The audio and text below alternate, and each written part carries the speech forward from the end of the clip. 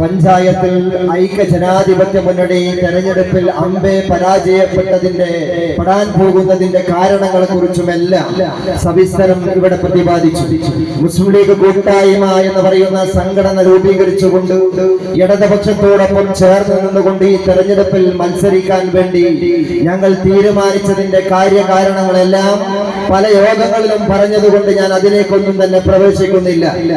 ഇടതുപക്ഷ ജനാധിപത്യ മുന്നണിയുടെ നേതൃത്വത്തിൽ നിന്ന് നടന്ന അത്യുജ്വലമായ പ്രകടനം, അതിനുശേഷം നമ്മുടെ പ്രിയങ്കരനായ MLA ഇവിടെ പ്രഖ്യാപിച്ച നമ്മുടെ ഗ്രാമപഞ്ചായത്തിലെ 19 വാർഡുകളിലേക്കും ഇടതുപക്ഷം നിങ്ങളുടെ മുമ്പിലേക്ക് സമർപ്പിക്കപ്പെട്ട 19 സ്ഥാനാർത്ഥികളുടെയും പേരുകൾ ഇവിടെ പ്രഖ്യാപിച്ചപ്പോൾ തന്നെ തിരുവമ്പാടിയിലെ ജനത ഈ 19 വാർഡിലെ ഇടതുപക്ഷ ജനാധിപത്യ മുന്നണിയുടെ സ്ഥാനാർത്ഥികളെ വരവേറ്റ് കഴിഞ്ഞു, സ്വീകരിച്ചു കഴിഞ്ഞു, അവരെ മെമ്പർമാരായി ജനപ്രതിനിധികളായി തെരഞ്ഞെടുത്ത് കഴിഞ്ഞു എന്ന ചിത്രമാണ് ഇന്ന് നമ്മൾ തിരുവമ്പാടിയിൽ കണ്ടുകൊണ്ടിരിക്കുന്നത്.